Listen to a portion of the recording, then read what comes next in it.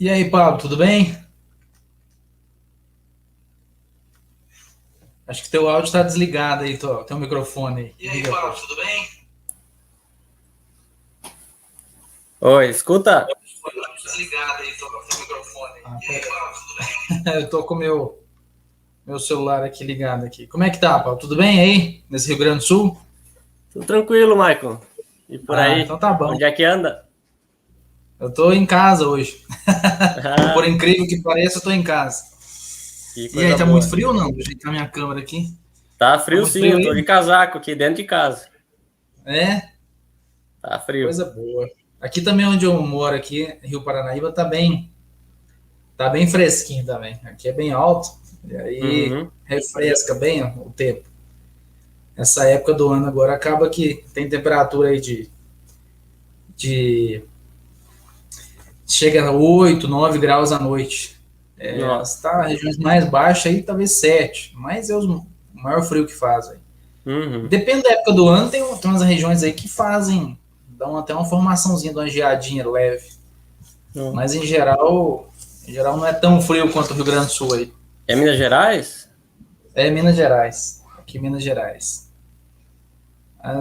Mas bom falar contigo novamente, a gente falou essa semana algumas vezes, né? E Uhum. agradeço por ter aceitado o convite aí de reunir para essa live. Essa live vai ficar disponível também aqui no YouTube, a gente depois vai disponibilizar também nos canais, né, no Instagram aí do Pablo, Uhum. aqui do Instagram também, e para que o pessoal possa assistir aí conosco. E Beleza, como é que não. tá esse Rio Grande aí, o resto? É um, Tranquilo? é um prazer, Michael, aceitar a gente que se conheceu, né, lá em 2013, né, uma grande oportunidade aí junto com o professor Luiz César Drummond. Exatamente. Né? Um dos percussores aí do sistema de irrigação em malha do Brasil, né? Então, um grande Sem prazer que dúvida. eu tive e a oportunidade que vocês me deram, né? Não, com certeza, na época a gente fazia um trabalho lá no Mato Grosso, né? Junto à BRF lá, na antiga Sadi Perdigão, né? Na época a gente pegou bem a transição da unificação das duas empresas. E aí na época eu com o Luiz, a gente montou uma empresa, né? O Luiz foi o precursor da GAP na época. E a gente acabou fundando, né? A empresa a gente acabou fundando, foi juntos, né? Idealizado por ele, claro. E a gente trabalhou lá 2000 e acho que foi 2010, alguma coisa assim, que a gente começou os trabalhos lá. Acho que 2013 foi o último ano, que aí foi o ano que você acabou indo para lá, né? A gente se conheceu lá. Exato, nós colocávamos somente 11 UA por hectare lá e 17 cabeças. Bem pouco. Uma E coloca loucura. ainda, né? Coloca ainda. Ainda tem os projetos lá. O Júlio, não sei se você lembra do Júlio, Uhum. Júlio César, na época ele trabalhava conosco, ele continuou morando lá, acabou ficando lá, virou Mato Grossense. Sim, foi ele que me Mas, deu nota 10, né, no TCC. Sei que deu foi ele? nele. É. É? O Júlio é bonzinho por isso. Mas assim, Pablo, eu te agradeço em nome da GAP também, né, do Vertiga, que é o Instagram que eu uso muito o nome, porque meu nome é um pouco difícil, tem origem alemã aí, né, porque apesar de não ser gaúcho, eu sou descendente de gaúcho, e aí eu acabei criando esse nome Fertirriga aí, porque é mais fácil o pessoal encontrar e etc, e Uhum. nos achar aí, mas foi uma época boa, né, não que hoje não seja, mas foi uma época muito legal, a gente acabou fazendo um bom trabalho lá juntos, e eu, Luísa, toda a galera aí da empresa na época. E a gente continua aí nessa mesma toada, talvez um pouquinho mais acelerado, né, Uhum. seguindo esse agro aí para tentar levar a tecnologia para o povo aí. Mas é isso aí, Pablo. É bom ter com você, conversar com você novamente. E acho que é bom a gente trocar conhecimento, trocar ideia, né? Porque eu acho que conhecimento nunca é demais. Cada um tem um nicho de trabalho específico e quando você trabalha naquele nicho, eu trabalho, por exemplo, com irrigação, muito propriamente nisso, com dimensionamento e tal, acaba que você especializa bastante naquilo. E as outras coisas que estão em volta, você agrega conteúdo, mas não tanto quanto a pessoa que também está naquele outro nicho, né? Então, por isso que partiu a ideia, foi essa mesmo, né? Para a gente conversar e trocar uma ideia aí. Você mostrar um pouco o que você faz no Rio Grande do Sul. E para a gente discutir também, comparando aqui com o restante do país, né? Você trabalha aí também em outros países, né, Paulo? Deixa eu falar. Isso. A gente tivemos um trabalho aí bem intenso, 3 anos, né, no Paraguai, onde conseguimos ver um pouco da realidade do Brasilzão, né, do Mato Grosso do Sul, aí, muito parecido, então nos deu um conhecimento bem legal, né, para a gente bater versus aqui Rio Grande do Sul. E também atuamos hoje em uma propriedade na Argentina, né, e 19 aqui no Rio Grande do Sul. Então, começamos aí faz uns 6 anos. Que ótimo. É isso aí. O que tu acha, Michael? Já começamos a apresentação? Pode ser, eu acho que sim. A gente fala um pouquinho mais né, a gente começa a apresentação, se você puder projetar aí para a gente. E a gente já fala um pouquinho também do que a gente faz, né? Você vai falar um pouco do seu trabalho também. E aí a gente vai compartilhando aí. Pode compartilhar. O pessoal também que nos acompanha ou que porventura vai estar vendo esse vídeo aqui em outra oportunidade, deixa aí seu like, né, ou seu dislike, dependendo se você gostou ou não, para que possa nos ajudar aí a disseminar o material, né, a passar o material aí, para que as pessoas tenham acesso também a esse conteúdo. Tá certinho aí, Michael? Tranquilo, se quiser começar aí, pode começar. Tá, já tá aparecendo a apresentação? Tá aparecendo sim. Beleza. Então tá, pessoal, a gente começou aqui discutindo, né, discutiu bastante sobre que tema fazer, o que tá bastante em torno aí, e a gente chegou a um consenso de que realmente é o todo, né, é o todo que faz toda a diferença. Então a gente tem que ver o sistema de forma múltipla, né? Tanto por isso nós colocamos aí o quebra-cabeça do planejamento pecuário, né? Nós temos que avaliar aí o perfil do pecuarista, porque não o mesmo projeto não se encaixa em 100% dos pecuaristas, né? As características da fazenda também, o projeto não se encaixa em todas, ela é muito pelo contrário, cada projeto é muito específico de cada pecuarista e fazenda.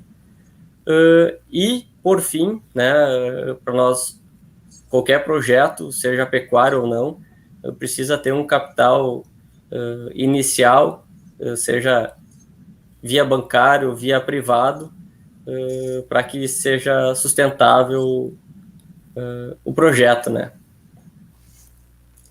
Passando rapidinho aqui um pouquinho do histórico da PRM, né, para todos conhecerem um pouquinho. Nós atuamos já, o histórico de atuação é Rio Grande do Sul, Paraguai, nós desde o sul até o Chaco, ali também fronteira com Mato Grosso do Sul, atuamos durante 3 anos. Hoje, fora do Brasil, é somente uma na Argentina e outras 19 fazendas aqui no Rio Grande do Sul. Pablo, te fazer uma pergunta aí, aproveitando o gancho, como é que estão os preços aí desses países aí, preço de gado dessa região aí? Você saberia falar isso aí? Em quilos ou arroba? A Argentina, ela tá a metade, praticamente, do que estava há um ano atrás aqui no Brasil, né? Tá em torno de R$5 o quilo, né? Dá uns R$150 arroba. Tá. Na Argentina. Isso é preço hoje ou não, Pablo? Como é que é? É hoje. Tá. E, inclusive, além de estar os preços baixos, né, ainda o governo vem adotando aí algumas medidas para restringir ainda mais a exportação, né, porque eles prometem carne barata para os argentinos, né, então eles não veem sempre com bons olhos a exportação, então eles estão divulgando que existe subfaturamento nas carnes exportadas e estão fazendo aí um documento para ter mais controle sobre as exportações, né? Além do preço estar bem baixo, né? Essa acaba fechando o mercado, né, Pablo? Isso é o Brasil, ele nos últimos, apesar do Brasil ser um dos maiores exportadores de carne do mundo, né? A gente sempre teve um mercado muito aberto ao exterior, né? E principalmente agora com a crise alimentar que teve na China, né, por causa da peste suína, etc., acabou faltando muita proteína na China e eles vieram comprar muito o Brasil, né? O Brasil acabou abrindo muita exportação. Uhum. E eu acompanho assim muitos frigoríficos hoje na parte de reutilização de água residuária e tem um contato assim muito bom, um relacionamento muito bom com as pessoas envolvidas nessa atividade. E assim, houve aí uma demanda de exportação muito grande da carne. Então, muitas vezes, hoje, o frigorífico, os maiores frigoríficos, né, os frigoríficos mais expressivos do mercado brasileiro, eles têm exportado muito, digamos assim, a 80% da produção, talvez, não sei se chegaria a isso, eu não sei se é exatamente esse número, mas eu sei que é uma quantidade muito expressiva, né, da carne produzida aí, processada por esses frigoríficos, está sendo exportada para a China. E aí, só aproveitando o gancho, isso acabou onerando muito o custo nosso, né, em relação, ou melhor dizendo, onerando não, acabou aumentando os valores, né, da arroba, que nós trabalhamos hoje, isso são valores históricos, né, a gente estava aí com, a gente pegar 2 anos atrás, né, Paulo, a gente tinha R$150 arroba, né, alguma coisa assim, hoje a gente fala em algo em 300, aí é 10 reais o quilo, né, trabalhando no sul aí. Então, e só assim, para não delongar muito, de cortar também, hoje eu assessoro algumas propriedades na Colômbia também e Venezuela. Tenho 2 clientes na Venezuela e são 2 situações distintas. A Colômbia também ela teve um aumento expressivo aí no preço da carne, principalmente no valor do bezerro. Agora, a Venezuela não. A Venezuela está nos mesmos patamares do que Paraguai. Eles não têm... primeiro que não tem saída, né? A renda per capita é muito baixa, então acaba que existe alguns nichos de mercado somente ali que você consegue alimentar e vender, mas em geral você fica muito restrito ali, então não consegue vender. Então hoje o quilo da carne lá a gente pode falar em algo em torno de $1, que é mais ou menos o que estava 2 anos atrás aqui no Brasil, né? Para evidenciar essas situações aí. Exato, e na contramão o Brasil no primeiro trimestre aí abriu 130 e poucos frigoríficos para exportação, né? Então, graças a Deus aí fazendo um bom trabalho, né? O Ministério da Agricultura. Exatamente, isso é bom para o produtor, né? Isso acho que é bom para o agro. Claro que tem outra linha também do mercado, né? Muitas vezes o consumidor interno acaba se assustando um pouco os valores, né? Principalmente que os frigoríficos não dão conta de acompanhar aí a questão de exportação e preço interno. Não existe como você manter a carne do jeito que está, mantendo comprando arroba R$300, né? Ou R$10 o quilo. Então, claro que os preços têm que aumentar, porque senão não dá rentabilidade, né, Val? Exato. Então, continuando aqui, Michael, um pouquinho da história, né, da PRM, para saber o pessoal acompanhar nosso trabalho. Nós temos aí apenas de 6 para 7 anos de empresa, né, apesar de que nós somos filhos de produtores, netos de produtores. O nosso avô virou produtor, né, ele era pequeno e conseguiu aí ser um grande produtor de arroz, graças ao suor, né. Hoje, nossa família, nós somos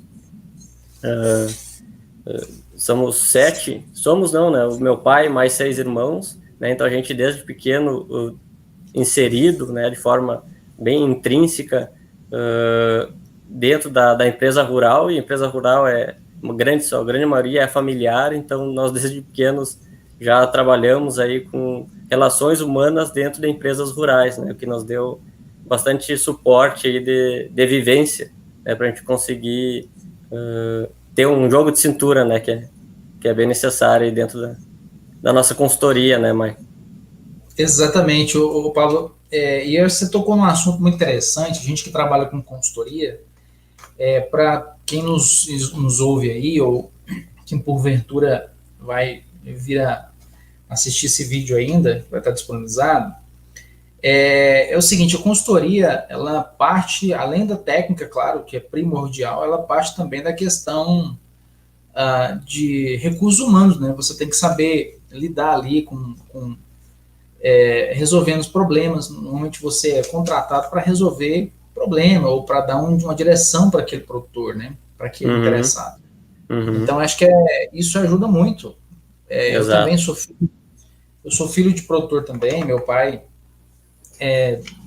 eu sou filho de gaúchos, né?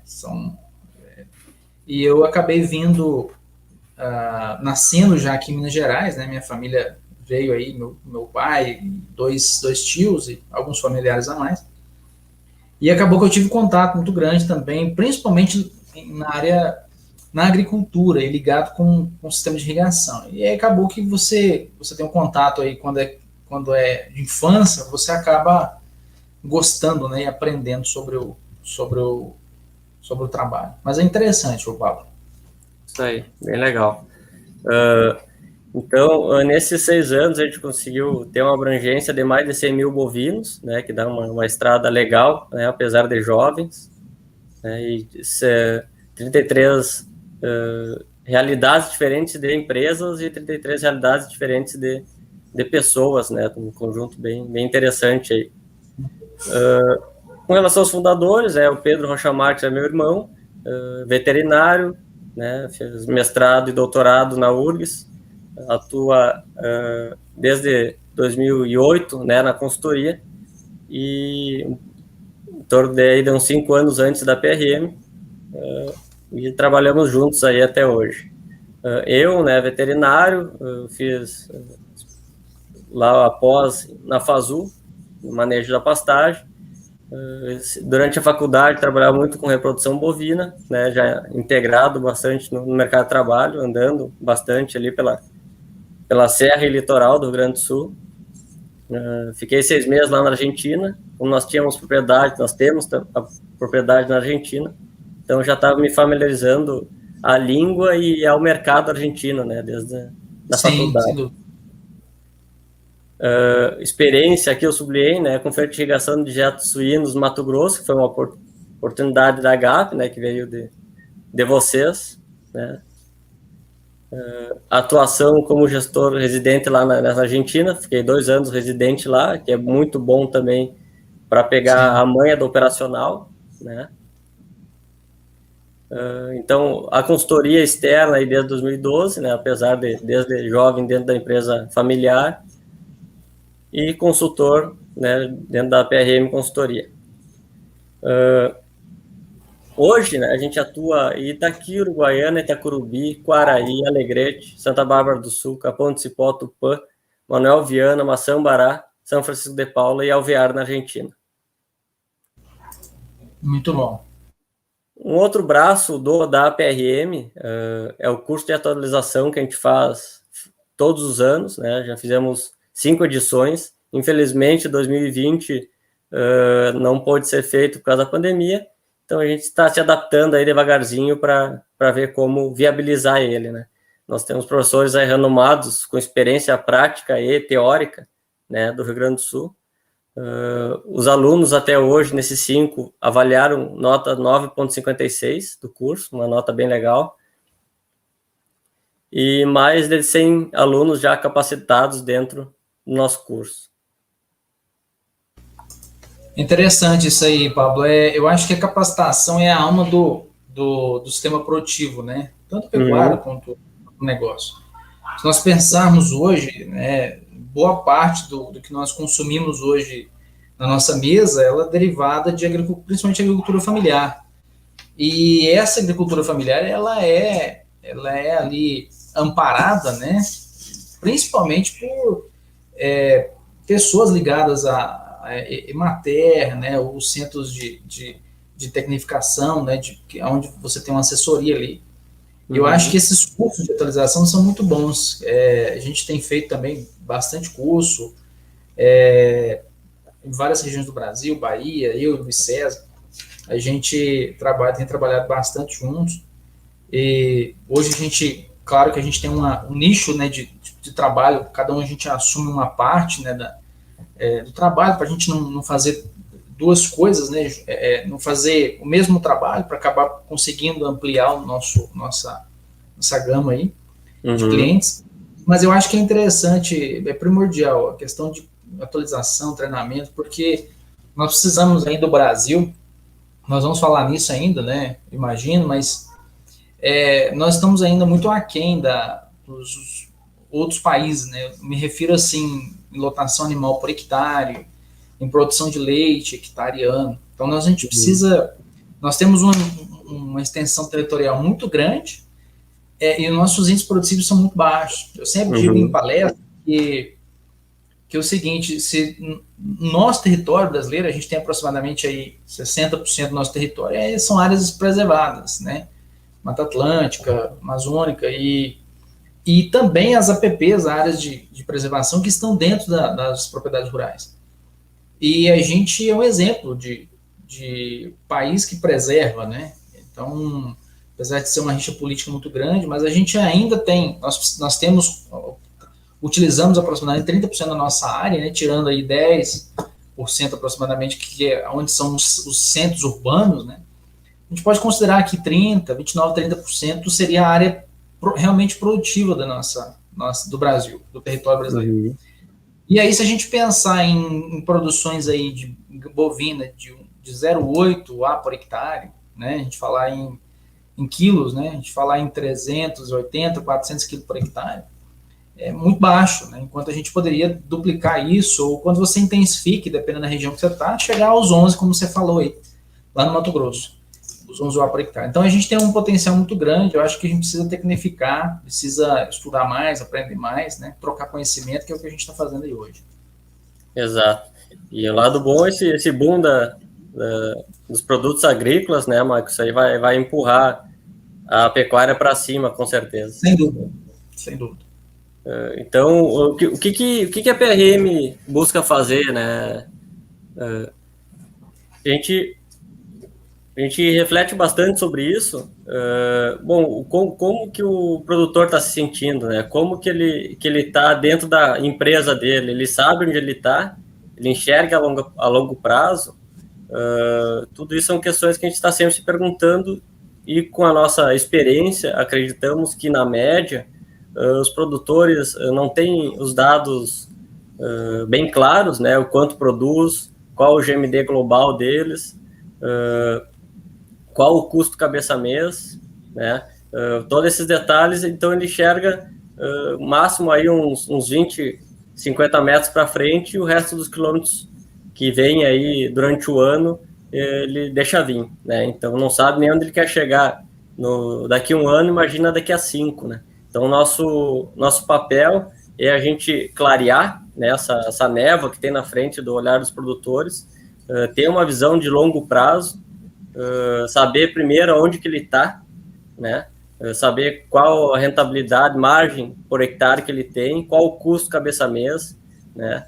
Para depois a gente ver para onde é que a gente vai, né? Escolher um caminho aí mais rápido, né? Ou pode escolher um caminho de uma estrada melhor, porém um pouco mais longo, né? Tudo isso a gente tem que dar as opções para ele, com um olhar aí de 5 anos para frente, que é o que a gente faz, né? A gente avalia a empresa 2 anos para trás, fluxo de caixa e produtivo, e faz 5 anos para frente para ver aonde que tem potencial de chegar, tanto pelo perfil do produtor quanto pelo perfil característica da propriedade, né? E também não menos importante, o capital disponível, né? Seja de banco, seja capital próprio. Sim, perfeito. É isso mesmo. Então, a metodologia que a gente usa para saber onde a gente quer chegar, que são as melhores fazendas, né? Para saber quem são as melhores fazendas, a gente tem que saber, tem que fazer um benchmark, né? Saber dentro de todas as fazendas quais são as melhores. Então, a gente usa muito da metodologia Integra, né? O professor Antônio Schacker. Eles têm em torno de 450 fazendas. Juntas, elas têm quase 1,5 milhão de cabeças, né? O que dá aí uma visão bem legal de saber o que as melhores fazem. Perfeito. Com relação ao percentual de produtores rurais aqui no Brasil, com resultado negativo, né, desde 2013 até o ano passado, 2019 e 2020, a gente flutua aí em torno dos 32%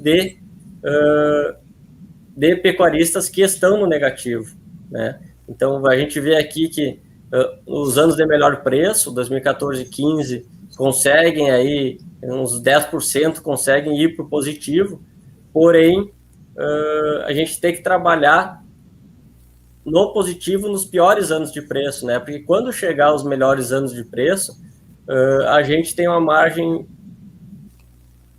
muito alta, né? E as oportunidades de crescimento da pecuária podem ter certeza que estão nos anos piores, né? Que são aqueles que a gente consegue, querendo ou não, é a lei do mercado, né? Mas a gente consegue tomar lugar de beneficientes, né?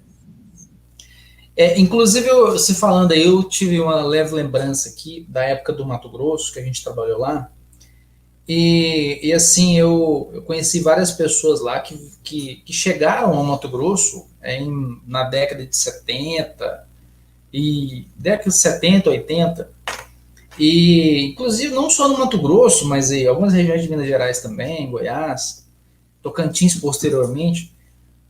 Mas e eu lembrei de um detalhe seguinte, muitas vezes o pessoal chegou lá, eu já vi muitos relatos, o pessoal falando isso, inclusive minha família veio para Minas Gerais, saiu do Rio Grande do Sul, né? A maioria das regiões são, hoje, a população é gaúcha, ou é catarinense, ou é paranaense, em geral é do sul do país, que acabaram vendendo suas terras lá e foram para essas regiões. É interessante que, aproveitando esse ganho que você falou aí, das oportunidades. Na época, eu vejo muitas pessoas muitas vezes criticando o agronegócio, falando, o agronegócio acaba com o país, desmata, não sei o que, né? Sem prova, E muito pelo contrário, nós somos exemplos de produção intensiva no Brasil, nós somos exemplos aí de preservação.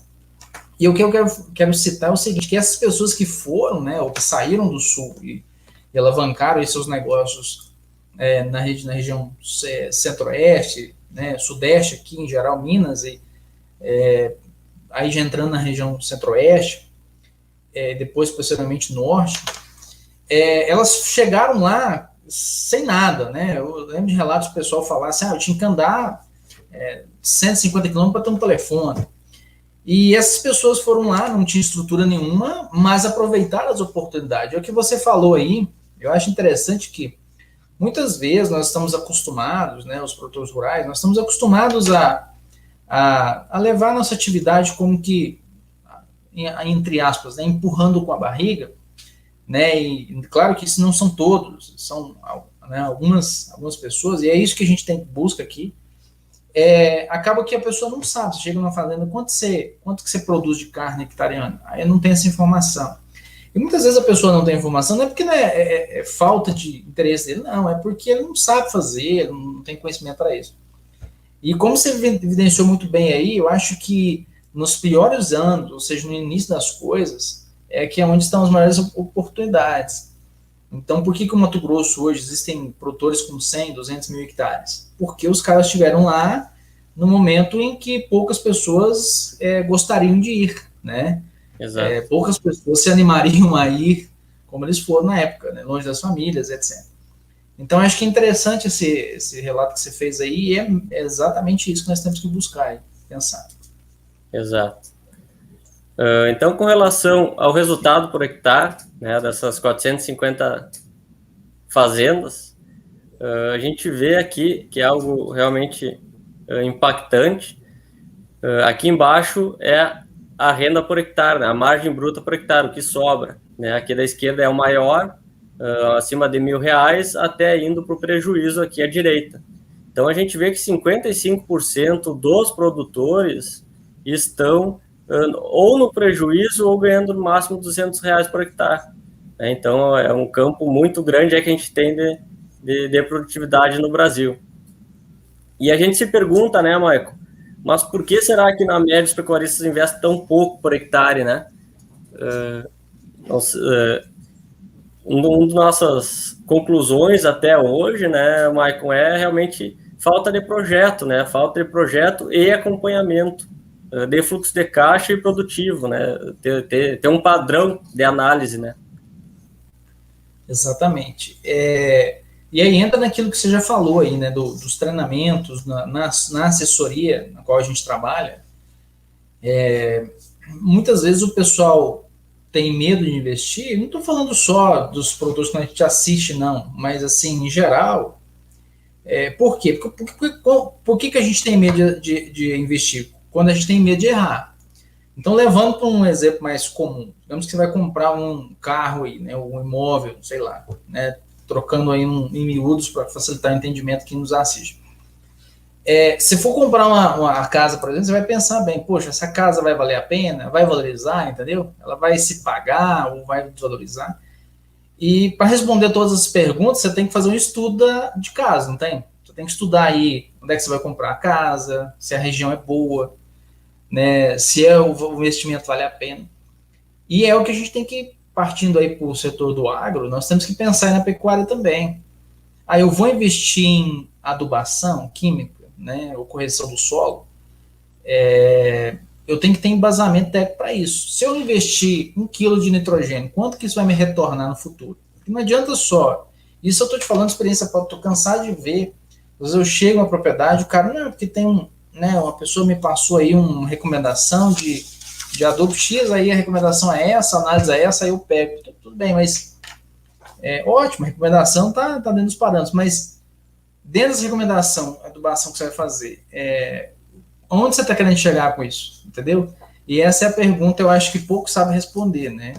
Exato. O pessoal sabe que investir vale a pena na adubação, investir em genética vale a pena, investir em irrigação vale a pena? Claro que vale, mas você tem que saber onde vai chegar, né? E esse é o norte que você tem que buscar. O tempo do payback, né, que é o quanto aquela tecnologia vai se pagar, né? Depois daquele ponto, o recém ela vai começar a trazer fluxo de caixa, né, para a empresa. Então, tudo isso é muito importante alertar. Exatamente. É isso aí. Então, pessoal, como mudar, né? Além do projeto que a gente falou, de prosseguimento, independente se seja com algum técnico, ou seja sozinho, o importante é fazer, né? Depois de começar, ter a disciplina, né, de todos os dias estar praticando. Então, o sucesso é apenas a disciplina praticada todos os dias, né? E outro ponto, né, a disciplina, a gente nem sempre quer fazer as partes chatas, né, do trabalho, coleta de dados, né, é maçante, né? Mas é necessário que a gente faça isso todos os dias, mesmo quando a gente não quer fazer, né? É aí que a gente vê o diferencial dos que dão certo, né? Então, dentro desse mesmo contexto, né, a gente tem que conhecer e reconhecer a nossa realidade. Muitas vezes, além de conhecer, a gente não pode negar onde a gente está, né? Para mostrar para um terceiro, ou para os amigos, ou para quem seja, que a gente está bem e negar a nossa própria realidade, né? O importante é botar os pés no chão e trabalhar para reverter a situação.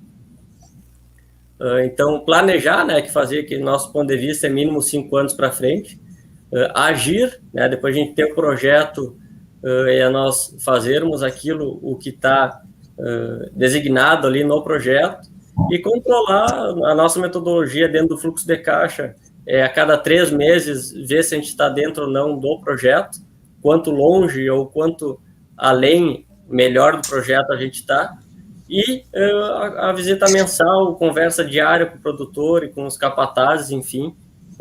O importante é ter uma metodologia e seguir nela. Perfeito. Um livro que a gente acha bem interessante, do Jim Collins, né, Empresas Feitas para Vencer, ele responde ou tenta responder a questão por que algumas empresas alcançam a excelência e outras não, né? O que ele notou nas principais empresas aí do mundo,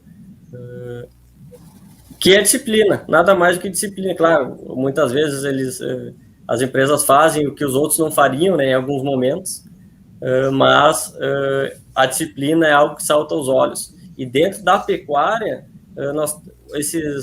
essas empresas que alcançam a excelência, hoje para o Brasil, são R$ 400 ou a mais por hectare. Então, a gente tem que buscar, no primeiro momento, ser igual a esses 25%. Bom, depois que nós alcançamos R$ 600 por hectare, bom, vamos aqui almejar os R$ 1.000 por hectare, 800, e as empresas que alcançaram a excelência para nós já mudaram de patamar. Perfeito. Aqui, pessoal, nesse gráfico, mostra as correlações com o resultado, né? Correlações do desembolso, que é essas colunas aqui bem à esquerda, cada coluna é um ano, desde 2012 aqui à esquerda até 2020, aqui à direita. Quanto maior são as colunas, maior é a correlação do desembolso com o resultado, né? O desembolso, quanto maior o desembolso, menor é o resultado, né? Ele tem correlação negativa. Então, a gente vê que o desembolso ele tem mais importância do que o GMD, que é algo que a gente conversa muito e a academia e técnicos falam muito de GMD e falam muito pouco do desembolso, né? Tu vê que o desembolso tem maior impacto do que o GMD. O GMD é muito importante, é o segundo item, né? Preço de venda, por sua vez, é o terceiro item de maior importância. E algo aqui interessante, que a gente fala assim, quem tem mais carga, acaba que vai ter o melhor resultado. Não é assim. Depende do ano. O que a gente faz essa leitura aqui? Tem anos negativos e anos positivos. Só 2 anos positivos. Quem tinha maior carga teve maior resultado por hectare. Por quê? Porque o pasto não está capacitado para suportar alguma seca, né? Esses negativos aqui são anos de seca. Então, a gente precisa de uma melhor manejo intensivo para suportar esses anos mais secos, aí sim aumentar a carga de forma sustentável, né, Marco? É isso aí, Pablo. Inclusive, até você fez uma deixa aí em relação à questão de carga. Como que a gente aumentaria a carga no sistema como esse? Primeiro é intensificar. Existem algumas etapas quando você vai fazer um processo de aumento de carga. Primeiro você vai fazer um estudo do solo e verificar se aquele solo vai comportar a planta que você quer produzir. Ou seja, eu quero dobrar a carga, aquele solo que eu tenho, ele nutricionalmente e qualidade física também, ele é capaz de manter o fornecimento ideal de nutrientes para aquela planta? Isso é uma questão a ser respondida. Se a resposta for sim, aí sim, a gente vai pensar agora na planta.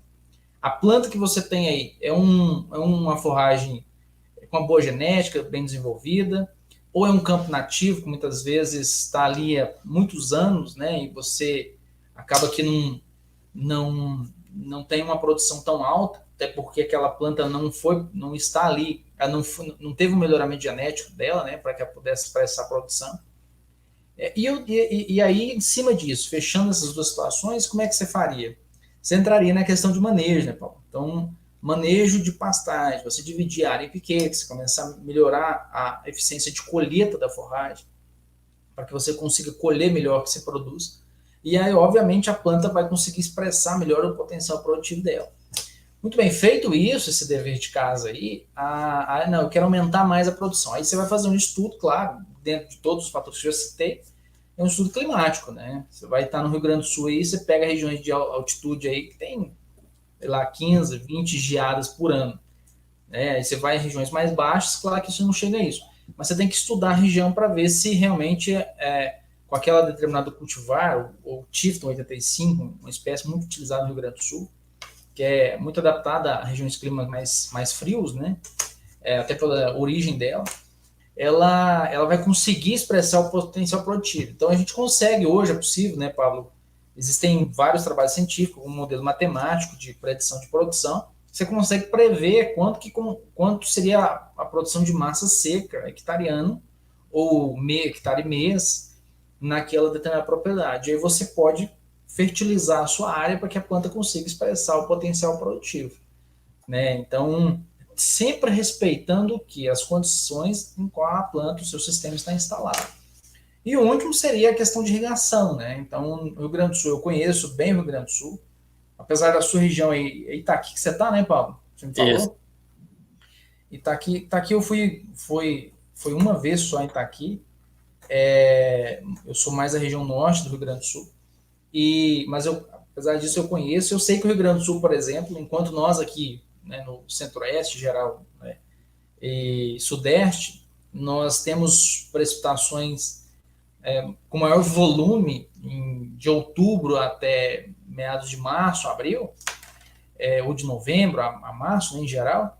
Vocês aí, muito pelo contrário, apesar de ter chuvas bem distribuídas, muitas vezes tem um veranico, né? Aí em janeiro, fevereiro, isso acontece. E nessas épocas eu acho que é interessante, né, Pablo? Talvez fazendo um estudo de casa, cada propriedade, né, talvez a irrigação seria um termo interessante para você ter aí potencializar a sua produção. Com certeza. Além de potencializar, ainda dá segurança, né? Exato, exatamente. E previsibilidade de resultado, né? Que é uma das coisas mais importantes aí. Exatamente.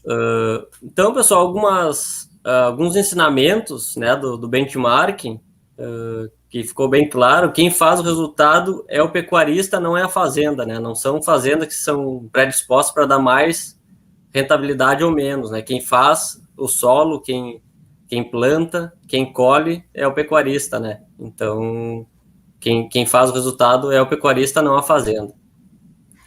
Produzir muito não garante resultado, mas os top rentáveis produzem mais. Né? Então, muitas vezes, a gente não pode ficar cego somente para altas produtividades. Muitas vezes, quando a gente perder a mão ou não colher aquilo que foi investido, né? Colocamos muita ureia e não foi colhido, virou talo, né? A relação folha-talo diminuiu muito, então tu já botou dinheiro e desperdiçou, né? Exatamente. Com relação à mão de obra, né, a parte humana, melhores salários e maior entrega, né? Os top rentáveis pagam salários maiores, cada pessoa cuida de mais e produz mais. Né? Isso é coisa que a gente tem visto muito também dentro dos nossos projetos. Bom, o meu custo cabeça-mesa está em torno de R$15, né? O ideal é 10. O que fazer, né?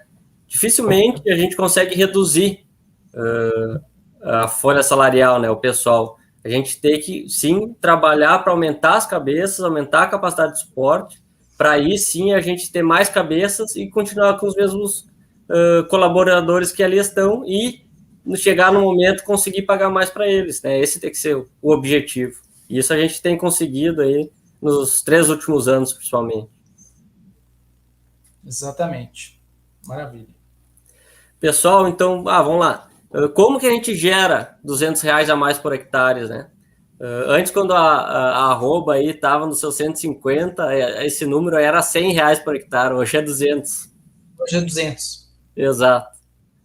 Então, pessoal, vamos partir de um pressuposto que a média de um ciclo completo, por exemplo, é R$60 por mês, né? Se a gente consegue economizar R$7 por cabeça por mês, seja aumentando as cabeças, que é da melhor metodologia para conseguir diminuir custo fixo, né? Dar uma seguradinha nos gastos e investimentos.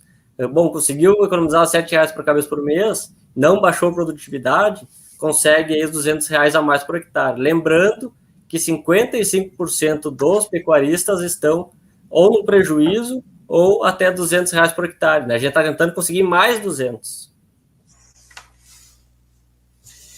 Ou aumentar o GMD em 40 gramas, né? Muitas vezes a gente não dá muita atenção para esse segundo número depois da vírgula, né? Mas olha a força que ele tem. Se a gente aumentar em 40 gramas por cabeça por dia, mantendo os custos, seja manejo de altura de entrada, seja um produto de maior qualidade, suplemento aí proteico energético, então a gente vê que quão importante são 40 gramas, né, por dia. Exatamente. Outro ponto é vender o quilo 40 centavos mais caro, né? Hoje, nesse panorama que a gente está de toda semana um aumento aqui no Rio Grande do Sul, aí para vocês eu acho que deu uma freadinha já, né, Maicon? Sim, acaba que tá muito relativo, né, esse aumento aí, dependendo da região que você tá, mas deu uma freadinha, assim. Uhum.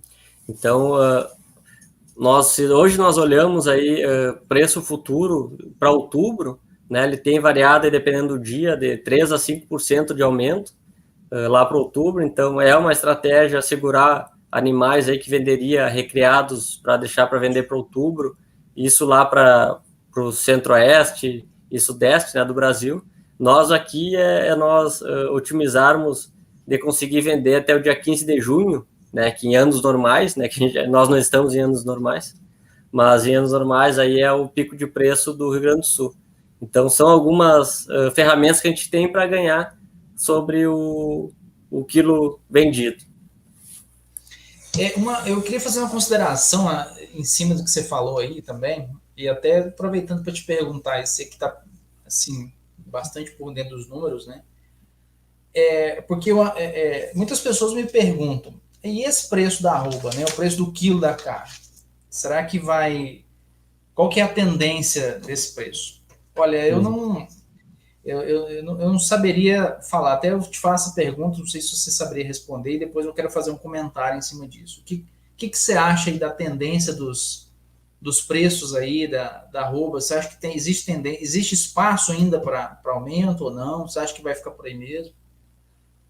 Cara, tá muito alicerçado ao dólar, né? E dólar, tu sabe, é igual falar de tempo, né? Só falar, todos erram, não vou ser eu mais um para errar, né? Mas em termos de tendência de preço, ele é altista, Maicon, porque a gente está na safra, e safra, mesmo agora com essa baixada em torno aí dos 13,40, dos 5,40, né, já chegou a 5,70 o dólar, o preço está subindo em dólar, né, toda semana, porque realmente esse ano vai ser o ano de maior consumo de carne vermelha, né, apesar na história, né, Michael? Então, tu imagina, na safra nós estarmos aumentando o preço e aumentando em dólar também. Então, realmente é difícil saber onde vai chegar e quando vai parar, porém, esse ano, com certeza, a gente tem margem ainda de aumento, a não ser que venha outra guerra, né, como o Covid, né, ou a fitose. Exatamente. Quero aproveitar para você, eu te pedi a solicitação no Instagram para mim compartilhar também aqui no meu Instagram, se você puder aceitar aí. Mas dentro do que eu ia te falar, é o seguinte, eu creio que o patamar dos R$ 300 arroba, né, os 10 a gente não pode fixar isso, né, mas eu creio que esse número é um número muito próximo, eu acho que da margem do que os frigoríficos possam vir a pagar. Por que eu acho isso? Eu trabalho muito com... Deixa eu só baixar o volume aqui. Eu trabalho muito com frigoríficos e eu vejo o pessoal falando o seguinte, que principalmente quem exporta, quem exporta hoje a carne, ele é capaz de manter um preço maior da arroba comparado com quem não exporta.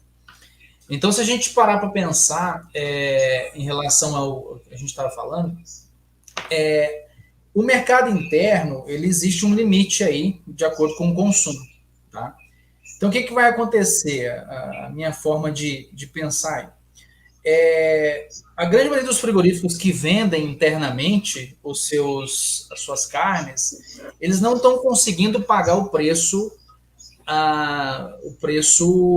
que está sendo do mercado hoje em dia para a exportação, que é os R$ 300. Então, existem muitos frigoríficos hoje que estão quebrando, né, que está fechando a atividade. Eu me refiro a frigoríficos que não exportam. O pessoal está falando que está dando eco, né? Estou achando que porque às vezes o meu Instagram que está dando um probleminha aí. Eu vou tentar tirar um pouquinho aqui. Vê se melhorou. Pessoal. Melhorou, pessoal?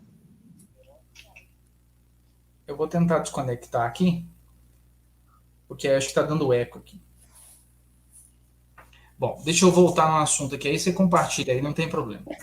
Mas é o seguinte, ó, a maioria dos frigoríficos que exportam, né, para a China, por exemplo, eles têm um valor aí agregado maior. Tá? A gente não sabe valores de contrato, mas eles têm um valor, claro, que a China paga bem acima do que são os valores pagos aqui no Brasil. Uhum. Então eles conseguem manter a atividade e ainda ter uma oferta, ou seja, conseguir comprar animais aí do mercado e essa arroba aí trabalhar aí 250, 300, 315, como já chegou nas regiões. Eu me refiro que, em relação ao preço da arroba, que talvez seja um preço aí que é meio limite aí, 300, 300 e poucos reais, isso aí é uma coisa que eu acho que pode acontecer, tá? Obviamente o mercado a gente não entende. Sim. Mas eu creio que os 300 reais está chegando muito próximo do limite de custo-benefício dos frigoríficos, principalmente para quem exporta. Porque para quem não exporta, o que está mantendo esse frigorífico na atividade é principalmente as graxarias, né? São subprodutos, que são o couro, que subiu muito o preço, o sebo, né, que valorizou muito, né, praticamente dobrou o valor aí. Estamos falando em sebo aí em torno de R$6 o quilo. São números que nunca estavam desse jeito aí. Então, eu creio que pensando em todos esses detalhes aí, eu creio que não deva o valor, não deva subir muito além dos 300. Mas a gente não sabe, né? Talvez a China renove contratos, pague mais pela atividade, então a gente não sabe onde é que vai parar, tá bom? Mas aí acho que é por aí. Mas é isso aí. Então, melhorou o áudio aí, pessoal? Pessoal, se vocês entrarem no YouTube, a qualidade de áudio e de imagem é melhor, tá, pessoal?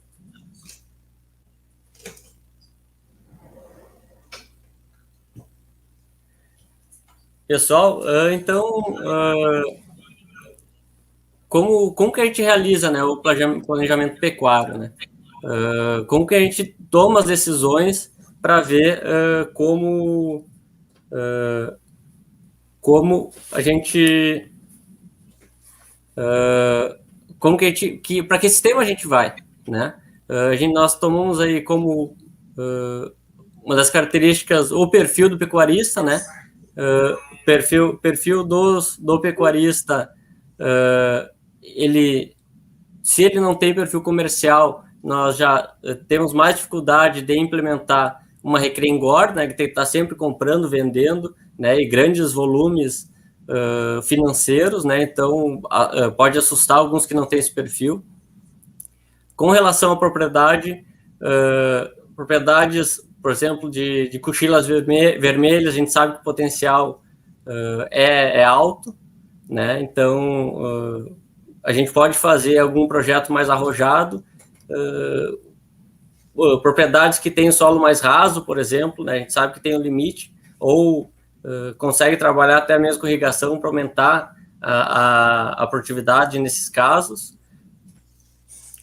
E o recurso financeiro, né, pessoal? O recurso financeiro, ele é a base de tudo, tem que saber aí o quanto que tem em caixa ou em estoque de animais, se a gente vai precisar ir para o banco ou ficar somente com um recurso próprio.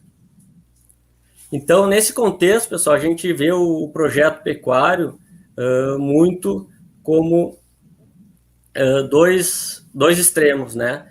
O produtivo e o financeiro, né? O financeiro, aqui fazendo uma comparação com a construção civil, o financeiro ele é a base do projeto, né? Ele é o que vai deixar tudo de pé, vai aguentar as intempéries, vai cruzar por momentos ruins, né?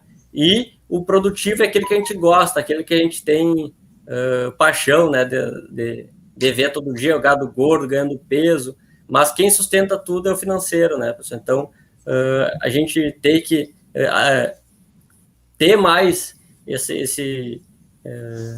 essa forma de pensar, né, principalmente os técnicos, e, claro, produtores também, de ir mais para esse lado financeiro, né, de estruturação financeira de 5 anos, que com isso a gente consegue cruzar, inclusive aumentar o projeto nas épocas onde o preço do boi gordo está mais baixo, né? Tá escutando bem aí, Michael? Estou escutando. Estou te Beleza. acompanhando aí. Beleza. Bom, né, pessoal? A gente fala de número e de estatística e foto de boi, né? Isso aqui não é uma conversa sobre pecuária. Vamos falar então um pouquinho de boi, mostrar pelo menos um pouquinho de foto. Então a gente divide-se mais ou menos a forma de pensar, estratifica aí em três ou quatro momentos da pecuária, né? A cria, isso tudo é para pensar, pessoal, como pensar em termos de investimento, como pensar em termos de perfil de produtor e como pensar em termos de propriedade. Cria, recria e engorda. Com relação à cria, ela é uma categoria que precisa de muito alimento, ou seja, por os animais serem pesados, no caso as vacas e touros, então eles precisam de muito espaço, né? Eles precisam ocupar mais espaço do que, por exemplo, uma recria. Então precisa de muita quantidade de forragem. A qualidade não precisa ser tão boa, porque uma vaca aí com os 9% de proteína, tu consegue, se ela pariu bem, né? O grande X da questão aí é o momento de parição. Se ela pariu bem, a gente consegue manter ela e ganhar um pouquinho de peso e ter uma boa prenhez. Se ela pariu mal, aí as ferramentas são realmente mais caras, né? O momento aí que a gente vê como o divisor de águas é agora maio, né, Michael? Ou tu trouxe bem as vacas até aqui, ou daqui para frente é muito caro para melhorar a condição corporal delas, né? Exatamente, abrindo esse gancho que você falou aí, o Paulo, se a gente pensasse em cria, como eu trabalho muito com a irrigação de pastagem, se você pensasse em cria, produzir, né, vaca com um bezerro ao pé, com a cria, debaixo da irrigação, se a gente falasse isso há 2 anos atrás, as contas não fechavam, tá? Por quê? Porque aí você pega uma vaca aí com 500 quilos, mais o bezerro aí com seus 100 e tantos quilos. Só aí eu já tenho 1,4 A por hectare, 1 A e meio. Então, se a gente fizesse essa conta há 2 anos atrás, pensando no bezerro há 2 anos atrás, né? O bezerro valia aí, não sei quanto que valia no Rio Grande do Sul aí o quilo do bezerro. Você recorda quanto que valia há 2 anos atrás o quilo do bezerro? Cara, bem claro, não, mas era em torno de R$6.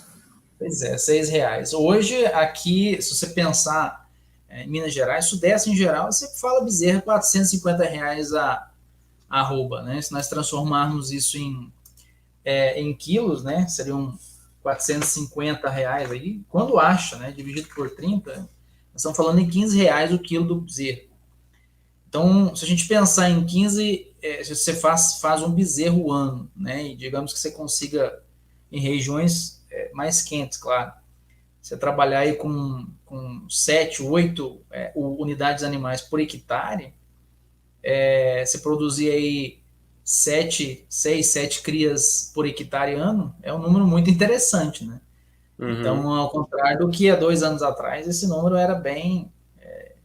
não pagava a conta, né? Totalmente era fora da ideia de trabalhar com gado. Exato, isso é até interessante comentar, né, um pouco mais, né, Marco, porque isso eu acho que é bem uma caracterização de perfil de produtor, né? Porque não sei qual que é a tua conta com relação se tu colocasse uma recria no lugar desse gado de cria. Como que está essa relação de margem? Olha, normalmente a margem, isso depende de propriedades, né? Mas uma margem hoje, no sistema como esse, está bem acima de 15% a 20%, tranquilamente. Uhum. O que é o segredo hoje, Paulo? O que você tem que fazer? Se você vamos trabalhar a cria aí, né? Que a gente vai comentar. A cria normalmente é o que? Você pega um animal aí desmamado, você desmama no Rio Grande do Sul um pouquinho mais leve, né? 180 quilos aí, aqui a gente desmama talvez um pouco mais pesado, 200, 210, depende do tipo de estratégia que você trabalhar. você vai levar esse animal até 200 e até 380 quilos, 400 quilos. Seria a recria. Se você faz isso, você tem maior quantidade de giro, sempre, né? Ou seja, você produz mais carne por hectareano, lógico, que você tem. Eu até fiz uma conta mais cedo, para a gente ter uma noção disso. Se você pegar aí animais aí de 250, vamos pegar aí de 200 quilos até 380 quilos, ou até 400 quilos, para a gente ter um número mais exato, nós temos aí uma média desses animais de 300 quilos. Se você pensar 300 quilos, né, vamos trabalhar com uma lotação, digamos com uma lotação média, região Minas Gerais, tá? Vamos trabalhar aqui um 8A por hectare, unidades animais, que é um animal de 450 quilos. Então, 8 vezes 450, nós estamos falando de 3.600 quilos de peso vivo por hectare. Se você dividir esse valor aí pelos 300 quilos de média que esses bezerros dão aí, nós estamos falando de 12 animais por hectare. Aí, 12 animais ganhando 450 gramas, vamos colocar 400 gramas para a gente não ser muito, jogar um muito alto, nós estamos falando de 4,8 kg mês vezes 365. Daria algo em torno de 1.750 kg de carne hectareana. Tá? Uhum. Muito bem, é bastante carne que se produziu. Mas tem um detalhe, como o preço do bezerro está muito alto, o ágio é muito caro. Então, para você comprar um bezerro aí a R$450 ou a R$15 o quilo, e depois você vender esse mesmo animal aí, essas arrobas que você comprou, esses quilos que você comprou, esses 200 quilos que você comprou, a 15, você vender ele daqui um ano, por exemplo, dependendo aí do período que você ia gastar, né? Vamos pensar aí em 500 gramas, você vai gastar, vamos pensar aqui 200 quilos que ganhou, né? 200 quilos, vamos pensar em 400 gramas, nós estamos falando de 500 dias, daria um ano e pouquinho, isso sem suplemento. Vendendo esse animal daqui um ano e pouco, você vai perder aí, vai vender esse mesmo quilo a R$10. Então você está perdendo 5 já. Então isso encarece muito o custo produtivo. Então o que está sendo a estratégia hoje? Até eu acho que é um assunto que você deve falar aí. Talvez levar esse animal até o abate, tá? Intensificado. E você dilui o custo ágil, que hoje está sendo um dos maiores custos de produção. Exato. Até nesse sentido aí, aqui a gente mostra a recria como uma margem maior, né, do que a engorda, e hoje, bem indo nesse teu sentido, a gente tem feito já várias simulações, porque hoje nós estamos num ponto-chave das propriedades que fazem recria e engorda. É bom, eu me desfaço do meu boi aí 400 quilos ou compro terneiro, né? Ou fico com ele 400 quilos e vendo ali próximo de 600 quilos ano que vem. Então, são duas alternativas. Ou tu vende 400 quilos e compra terneiro, ou tu fica com esse de 400 quilos e leva perto de 600 para vender ano que vem. Em termos de rentabilidade, estão tendo rentabilidades muito parecidas, ou tu ficar com esse de 400 quilos, ou tu vender ele e comprar terneiro. Né? Mesmo que esses animais de 400 a 600 quilos, eles vão ter a diária muito mais cara do que o terneiro. Né? Só que esse ágio aí, em torno de R$4 por quilo, né, que vai dar aí uns R$800, isso é um custo de R$800 que tu tem que pagar. E isso pesa muito sobre a recria. Né? Então, os números atuais são bem diferentes do histórico, né? Exatamente. É um atípico, né? Totalmente atípico aí. Exato. É interessante que até um assunto, o pessoal me perguntou aqui no Instagram qual que seria o custo, né, do operacional de você produzir boi a pasto irrigado hoje. Nós vamos falar isso mais para frente, né, mas eu vou até adiantar aqui a questão desse custo. Em média, hoje você gasta em torno de R$6.000 hectareano, tá? 6.500, dependendo do que você vai comprar o adubo, que é o maior custo de produzir boi hoje, a pasto, é fertilizante. 50%, 60% do custo de produção é fertilizante. Vamos falar isso com mais detalhe daqui a pouquinho aqui mais para frente aí, como se evidenciou. Beleza. Então, e outro ponto positivo aí da engorda, principalmente pensando no que vem, é a entrada do dinheiro, né? No curto prazo, né? A engorda. Enquanto a recria, tu tá aportando dinheiro para tu embolsar essa receita em médio prazo, né? 7 meses, 10 meses, 1 ano. E a cria, então, se tu tem ciclo completo, esse prazo vai para em torno de 2 anos para tu rever esse investimento que tu fez do terneiro ou na vaca de cria. Então, tudo isso tem que ter em conta nos projetos para tu ter um colchão de liquidez para tu chegar no momento de fazer a receita. E não vender o gado de qualquer forma porque o caixa está precisando de dinheiro, né? Exatamente. Nós até estávamos conversando mais cedo, né, trocando uma ideia em relação a isso. Muitas vezes o pessoal preocupa, isso é natural que aconteça, o pessoal preocupa, mas quanto que eu vou investir? Eu quero botar uma irrigação, por exemplo, intensificar, quanto que eu vou investir? Digamos que vai investir ali 12, 15 mil reais por hectare, né? Isso depende do sistema de irrigação que você trabalhar, pode ser até mais barato, se for pivô maior, etc. Mas você tem aquele investimento, né? Você tem aquele investimento que você vai gastar, você vai investir, vai instalar um sistema que vai proporcionar você produzir maior quantidade de carne, né? Você ter mais carne. Só que tem um porém, né? O boi, ele é um investimento de, digamos assim, de médio prazo, né? Não sei se a gente pode chamar assim, Pablo. Uhum. Por exemplo, uma vez que você produz a soja, 120 dias você está colhendo, você está vendo o resultado do seu investimento ali. O boi não, o boi é 1 ano, 1 ano e meio, né? 2 anos, dependendo do que você for trabalhar aí, ou até mais que isso. Então você tem que ter, como o Paulo, você falou aí, né, Paulo? Você tem que ter o quê? Você tem que pensar nesse investimento e também ter um capital de giro para que você possa manter esse custo hectare mês ou hectare ano, ao longo desse ciclo produtivo. Porque aí, depois de 1 ano e meio, você vai ter esse animal pronto, e aí você vai vender esse animal e começar outro ciclo. Aí a engrenagem começa a girar, né, Pablo? É isso aí que a gente cita bem. Exato. Então, pessoal, indo para a prática, duas fazendas que nós trabalhamos, né? Um é ciclo completo mais soja e o outro é recria e engorda, aí grande parte em campo nativo com 20 hectares de irrigação de malha. Nessa primeira propriedade, como a gente falou que nós tentamos caracterizar dentro do possível a característica do pecuarista, né? Então, para ver o quanto ele pode ser um catalisador de projeto, ou a gente tem que ir de forma mais devagar, porque o projeto é o perfil, né? Não tem nem o certo nem o errado com relação ao pecuarista, mas são perfis diferentes. Então, nesse caso, ele tem um perfil de líder, né? Ele sempre toma a frente, as perguntas e preocupações dele são normalmente bem assertivas, junto a nós técnicos, quanto aos colaboradores também. A propriedade tem bom potencial, né, por ser grande parte dela coxilha vermelha, né, onde tem maior profundidade e características do solo que ajudam a potencializar a produção.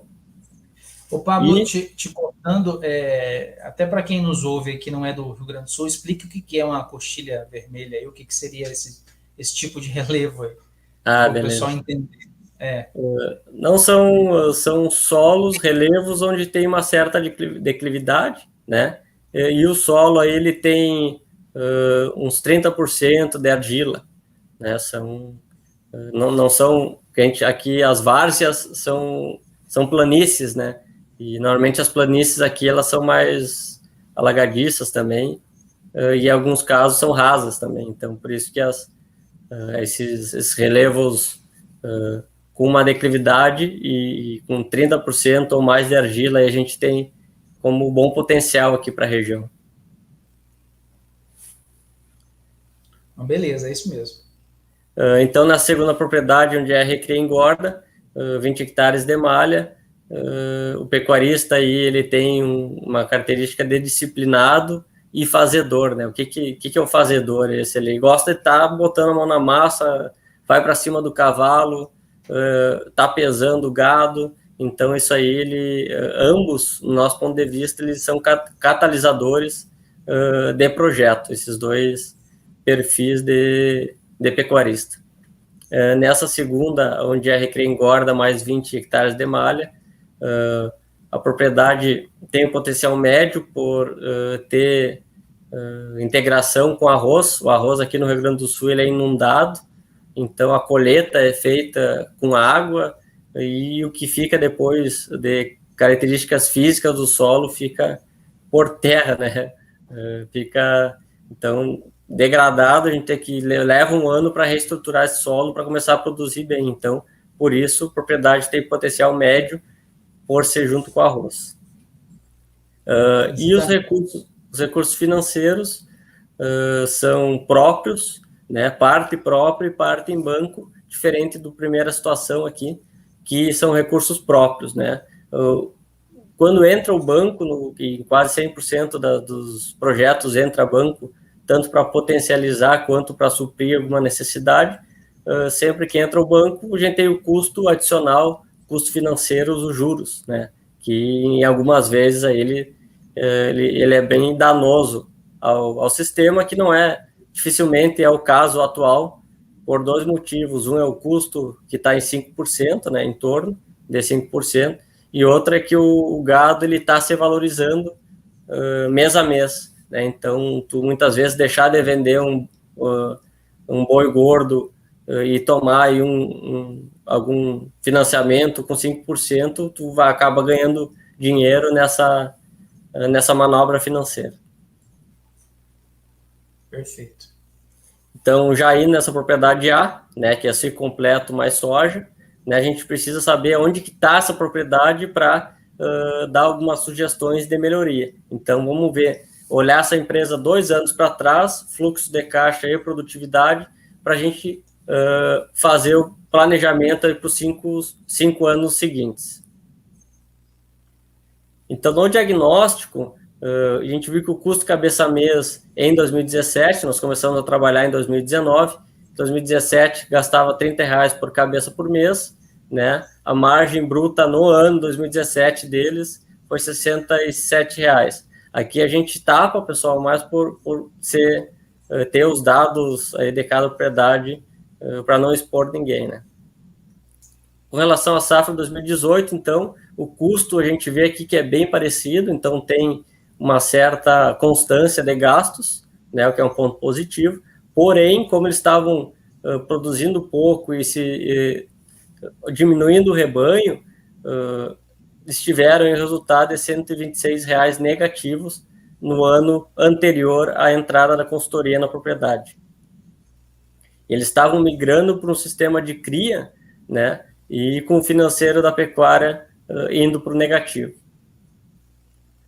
Aqui, pessoal, os anos aqui à esquerda, 2017, 18 e 19, e a diferença com relação ao ano anterior dos custos fixos, a evolução dos custos fixos, né? Então, a gente via aqui embaixo o custo fixo cabeça por mês, que ele saiu de R$7 para R$23 em 2 anos, né? E a gente sabe que o custo fixo ele deve compor menos de 45% dos gastos totais, né? E aqui ele já estava passando muito, pensando que o custo da propriedade era R$30. Imagina, 23 era custo fixo, ou seja, nutrição praticamente nada.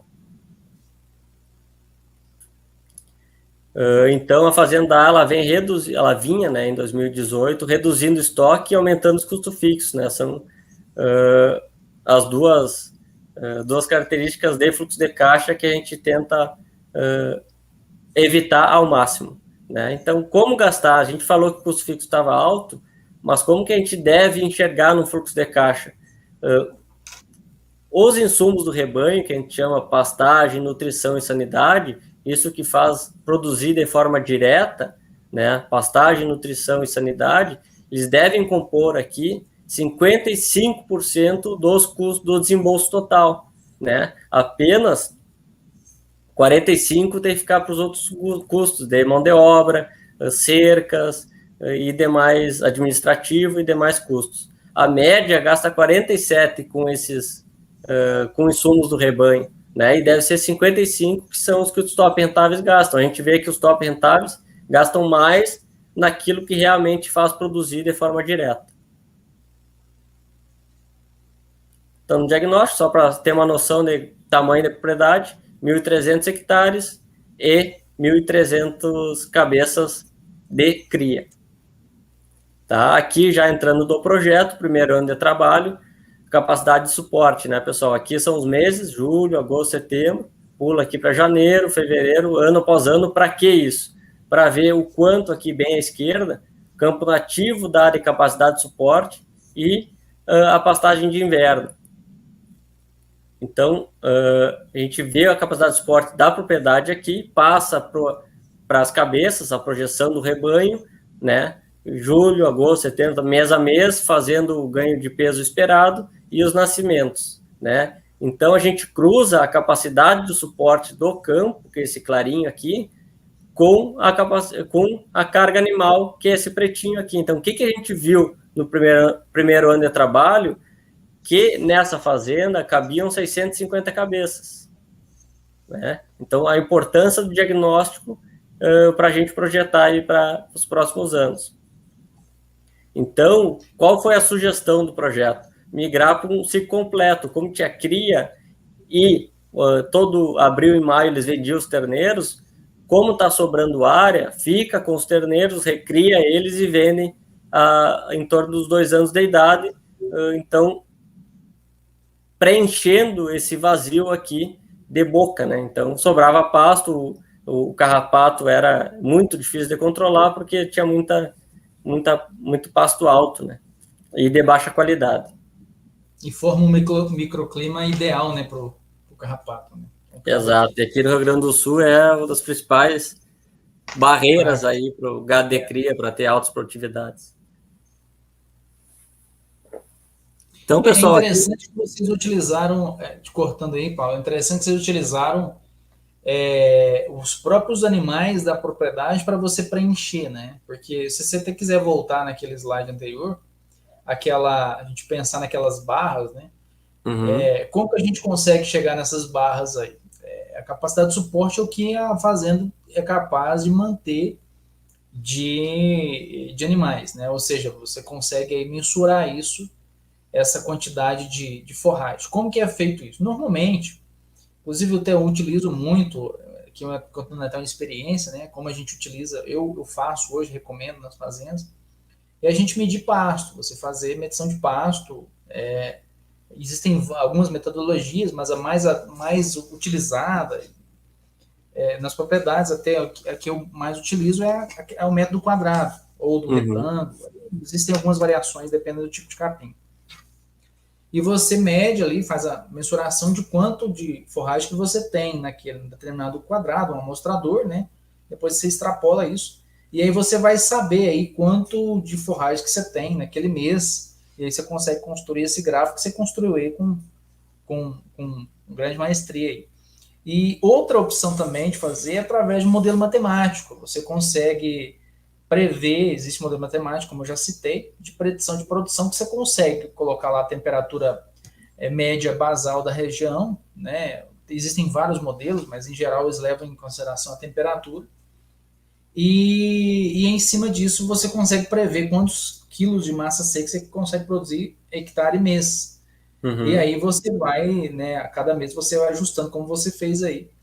E aí até você pode pensar em estratégia de adubação, né? Então, se no mês de janeiro, por exemplo, que é mais quente, janeiro, fevereiro e março, você consegue produzir mais forragem, logo você pode utilizar de recursos para aumentar ainda mais a produção, como adubação e outros fatores. Que você tem temperatura, você tem luminosidade em abundância, né? Então, é muito interessante isso aí. Eu sempre falo muito em palestras e nas fazendas que eu assessoro também, que a capacidade de carga, né, da propriedade tem que ser, ou melhor, a capacidade de suporte ela tem que ser próxima ou igual à capacidade de carga da fazenda. Então, se eu tenho, como você fez aí, eu podia colocar mais 650 animais. E qual que é o custo para pôr 650 animais?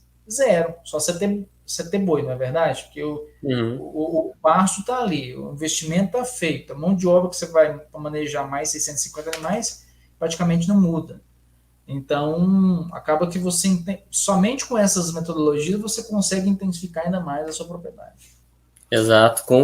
Vamos dizer, se não tem dinheiro no caixa, o único custo realmente é o financeiro, né? É os juros que tu vai pagar para... Mas isso aí, atualmente, você paga com o pé nas costas, né? Tranquilo, tranquilo. Aqui também é só mais uma projeção de projeto, né? Começando em 2017, que foi 2 anos antes do projeto, até 2024. Custo cabeça mês, aqui na primeira linha em cima. As receitas, depois o rebanho, né? Que em 2017 tinha 1.680 e quando nós entramos tinha 1.300 cabeças, né? Então o projeto era voltar para as 1.640 animais, né? E no final do ano 1.750. Margem aqui em amarelo, o último amarelo aqui, margem bruta por hectare final, né? A gente começou negativo o projeto, né? Um ano pré-projeto, e a nossa meta era chegar em R$260, quando o preço do boi aí estava 460. Área de soja também. Hoje, se você pensar, você dobraria esse valor, né? Chegaria aí a algo em torno de R$600, isso? Claro que os insumos também aumentaram, mas em geral... Exato. Exato. Na média a gente tem conseguido aí, recria e engorda, um aumento aí de uns 30%, devido aos custos, né, de insumos. Adubo é o que manteve a relação, a gente não ganhou nada. Já os minerais e proteico energético, sim, a gente tem uma margem de 25% acima do que a gente tinha antes, né? Então o boi gordo subiu mais que eles. Mas o adubo não, o adubo a gente segue mantendo a mesma margem por hectare, porque subiu junto, né? Vale lembrar para quem está nos assistindo que isso aí são uma situação de uma fazenda em si, né? Mas é possível você aumentar esses valores aí com intensificação. Isso é específico dessa fazenda, dessa região e etc. Exato. Hoje, se você for partir para a área irrigada, por exemplo, no norte do país, ou centro-oeste em geral, onde você tem temperatura e luminosidade o ano inteiro, você chega aí em rentabilidade da ordem de 7, 8, 9 mil reais por hectare ano. Uhum. Então, claro que é outra região, é outro tipo, né, de trabalho. Exato, mas exato. O que você faz é muito bem feito. E o importante é dizer que os projetos, eles são sempre pessimistas, né? Tu tem que considerar que sempre um potencial de melhorar, buscar a melhoria desses projetos, né? Porque isso dá segurança tanto para o técnico quanto para o pecuarista, e ano após ano faz investir mais dinheiro que está melhorando com relação ao projeto, né? É isso aí. Então, as metas anuais, o importante é bem claro, né? Desde o início do projeto, quantas cabeças vendidas, isso a gente atualiza, claro, cada mês, cada visita mensal, né? E no projeto já foi alertado que o caixa, nós começamos em 2019, né? Início de 2019, ele ficaria positivo somente após a venda das vacas vazias do toque, né? Ou da palpação, feito no ano 2019-20, ou seja, nós começamos aqui em julho o projeto, nós teríamos aí 1, 2, 3, 4, 5, 6, 7, 8, 9 meses no negativo, porque não tinha receita, né? O que ele tinha lá de gado de cria? Ele vendia antes, eram as vacas fracas, né, ao toque, e os bezerros desmamados ali em maio. E nós cortamos essa receita, claro, perguntamos se ele teria esse suporte financeiro ou não, ele tinha, então nós não fomos ao banco e aguentamos aqui, ó, se nós notarmos esses R$200 em maio de 2020, R$200 mil negativo na conta. Então tudo isso a gente tem que alertar no início do projeto, não 1, 2 meses antes ou no mês, aí o projeto vai por água abaixo porque dá insegurança no técnico e no pecuarista.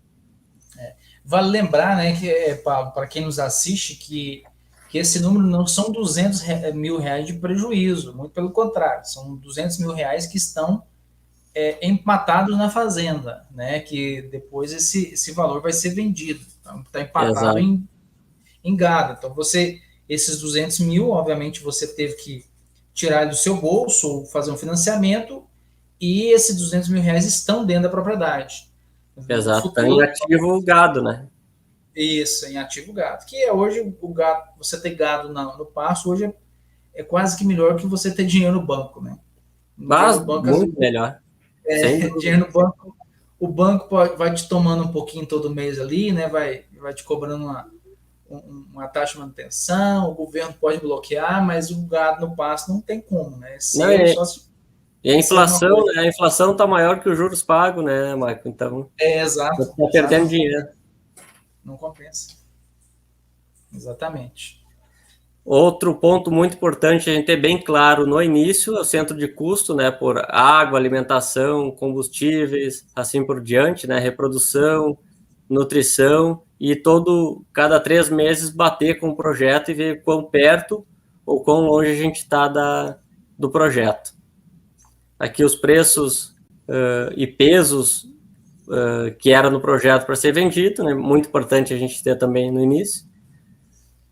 O item nutrição, como a gente sabe, né, pessoal, dos em torno de R$60 custo cabeça-mesa aí que está hoje, tudo se completo, 55% dele deve ser entre nutrição, né, que está mineralização e proteico energético, mais pastagem, né? Então a gente sabe, tem que ter bem claro isso, alertar o produtor que isso é um dos itens, naqueles que investiam um pouco em nutrição, é um item que vai subir, né? Tem que deixar bem claro, porém é para transformar em carne, né? Não é para gastar em algo que não vai se reverter em produção.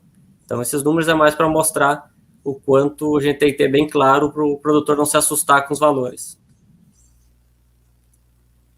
Outro ponto que ali eu não comentei antes, eles tinham 450 hectares de soja, tá? Nós vimos que teria a imagem de ir para 650, ou seja, aumentar 200 hectares de soja e ainda aumentar o rebanho, né? Isso aqui são só os pontos, o que são as prioridades, né, no inverno aqui no Rio Grande do Sul e aí para o norte também. O que a gente tem que cuidar melhor primeiro são os terneiros, então os bezerros, né, eles entrariam, são os primeiros a entrar na pastagem de inverno. As vacas de descarte, aqui para nós, também seriam as primeiras, por quê? Porque até junho a gente precisa vender elas gordas, porque depois de junho baixa o preço aqui para nós, porque tem muita oferta de pastagem de inverno. A terceira categoria, a prioridade a entrar, são as de primeira cria, né, para elas ganharem mais estado ainda, ganhar mais peso, porque elas estão crescendo ainda, e passar todo o inverno, parir, trazer mais por cedo a aparição delas, para a gente conseguir desmamar terneiros mais pesados das de primeira cria. E as novilhas 24 meses que vão entrar no entore, essas sim a gente pode colocar só a partir de agosto. Quando saíram as vacas de descarte, vendemos para o frigorífico, abriu espaço para elas, para aí sim elas estarem ciclando aí uns 40 dias antes de entrar com os touros, que a gente sabe, né? Os 2 primeiros cios das novilhas são chamados de subférteis, né? Então a gente vai ter resultado abaixo do esperado, então a gente precisa atingir o peso-alvo aí de uns 340 quilos, 40 dias antes do processo de inseminação. É muito interessante, isso mesmo.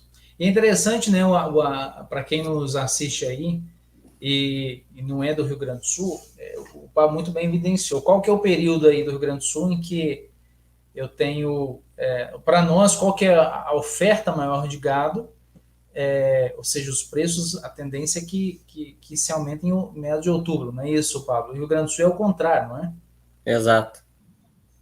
Bem sim. Rio Grande do Sul aí, a entre safra seria em meados de julho, não é isso? Exato, entre o pico mesmo é no meio de junho, dia 6. Perfeito. Então, além de nós aumentarmos a produtividade, aumentando esses 200 hectares, saindo de 450 para 650 hectares de soja, além disso, lá na época ainda seria em torno de R$50 mil no caixa, né? A gente sabe que isso aí triplicou esse valor, né? Hoje entra no caixa 150 mil. Perfeito. Aqui, pessoal, já o consolidado, né? O que a gente já fez lá nessa propriedade, o primeiro ano de trabalho, o projeto tem em torno de R$70 por hectare, tá? O realizado, a gente conseguiu dobrar o resultado e ir para 153. Os indicadores produtivos desse primeiro ano, o GMD global, 250 gramas, né? Aqui à direita, pessoal, são os top rentáveis do benchmarking, né, da Integra, e aqui à esquerda, a fazenda em questão. Então, a gente tem ainda uma margem bem interessante para melhorar ainda, quase o dobro de ganho de peso. A produtividade também, a gente sabe que a gente está sendo subutilizado, como a gente viu lá, a carga animal versus a capacidade de suporte, então a gente está em processo de expansão. Taxa de desfrute, né? A gente tem também a margem bem interessante ainda para evoluir. Mortalidade está um pouco melhor do que os top rentáveis. Pessoal, esse slide anterior, a gente tem a fotografia bem clara de como está a propriedade, né? O que a gente viu aqui, dá para melhorar a GMD, dá para melhorar a carga, a mortalidade está ok. Indicadores econômicos, pessoal, a gente vamos dizer, estratifica um custo aí que é de R$43 por cabeça mês, mas de que forma a gente está gastando? A gente está perto daqueles 55% dos insumos do rebanho, não está? Então é muito importante a gente estratificar para ter um olhar bem claro e aí sim a gente tem o raio-x muito bem visto da propriedade. Né? Aqui bem à esquerda, a coluna azul é a fazenda em questão e a vermelha são os top rentáveis que ganham aí acima de R$400 por hectare. Tá? A mão de obra nessa propriedade ela está muito eficiente, ela está gastando menos do que os top rentáveis, então está ok. A nutrição aqui dessa propriedade está R$11, enquanto os top rentáveis gastam mais. Então aqui a gente tem uma margem de R$3 por cabeça por mês para investir. Importante a gente olhar para frente e saber que tem essa margem.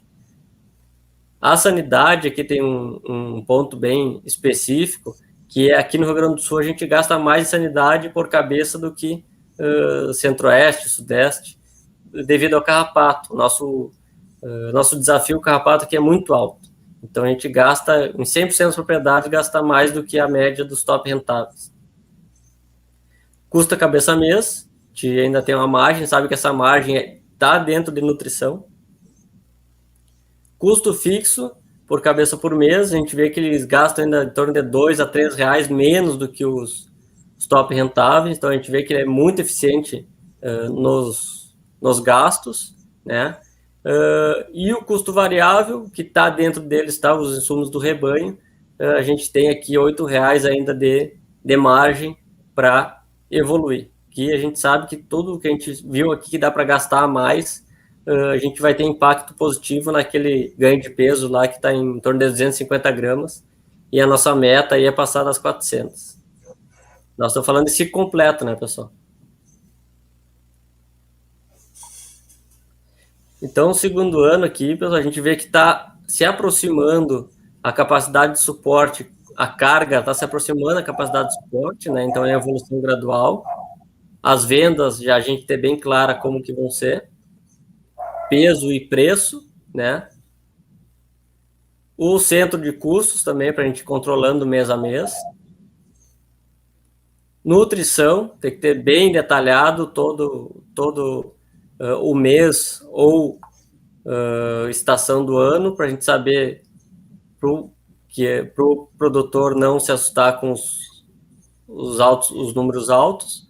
E aqui, pessoal, a gente já vendo na realidade lá, de julho a dezembro de 2020, o projeto aqui à esquerda era para nós em 6 meses R$132 por hectare, e o realizado nós já chegamos a 264, ou seja, se a gente fazer vezes 2, aqui a gente vai ter uns R$520 no ano, né, versus aí o que estava esperado, uns 260.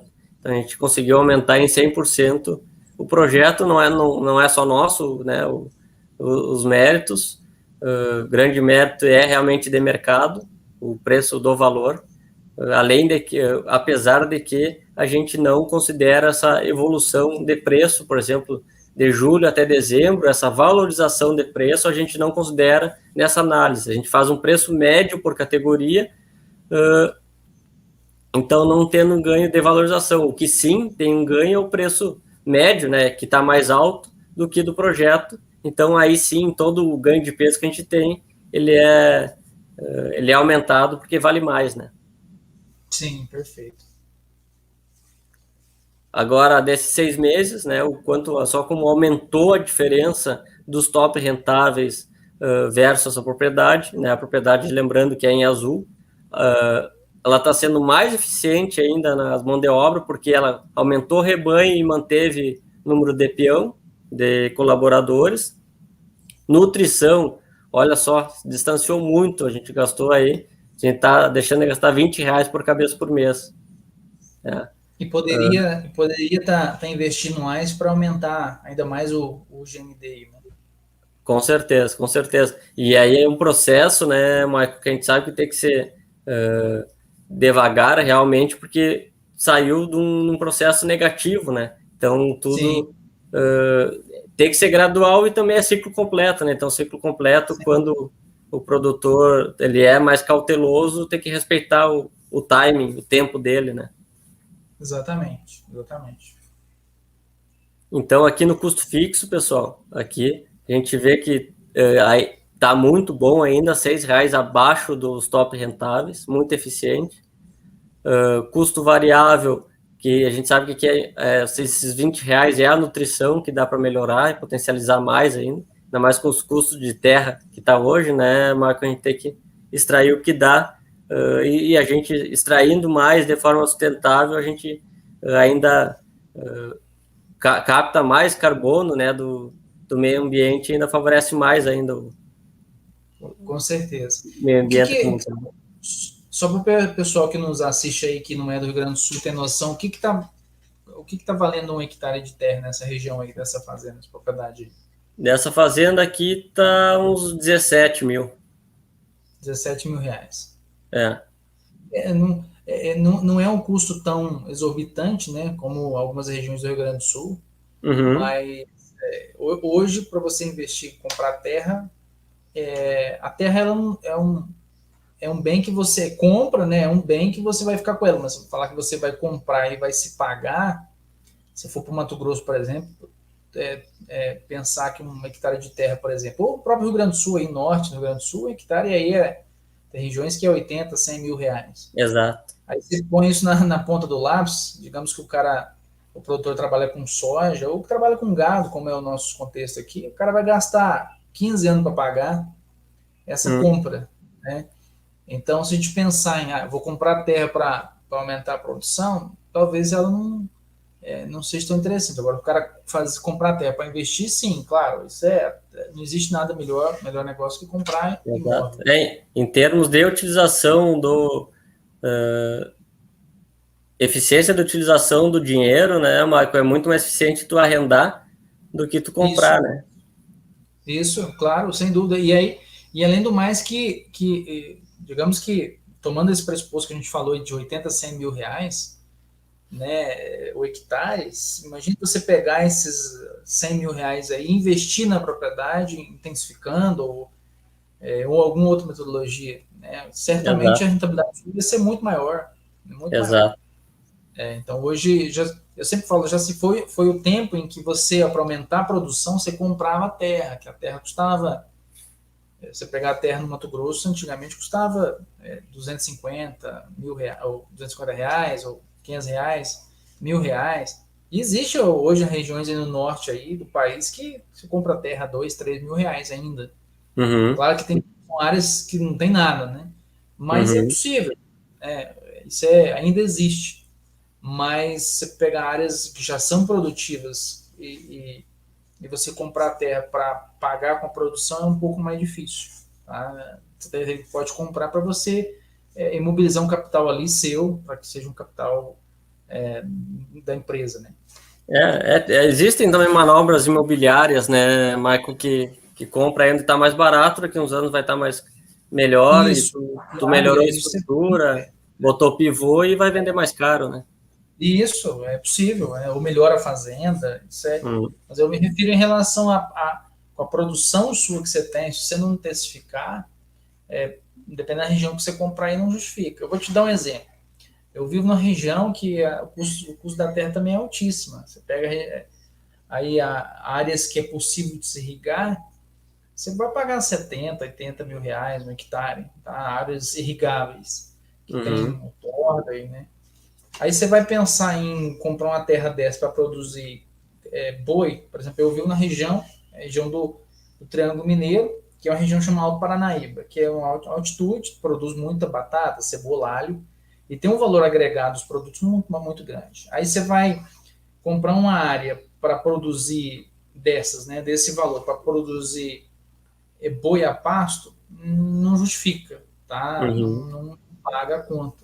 Agora, você vai comprar um hectare de terra para produzir alho, por exemplo, cebola, batata, que tem um valor agregado, que você paga um investimento desse aí em 2 anos, se você vender bem, né, com produtos acessíveis, aí sim. Então, a gente tem que pensar em todo o contexto, onde você está e etc. Isso aí. Seguindo, então, né, a gente vai se aproximando nessa fazenda no terceiro ano, da capacidade de suporte, as vendas, custos sempre em mãos, né, pessoal? E o quarto ano, aqui sim, a gente chega num limiar onde a gente vai encostar, né, que dá aqui uns 600 mil quilos de gado em cima da propriedade, né?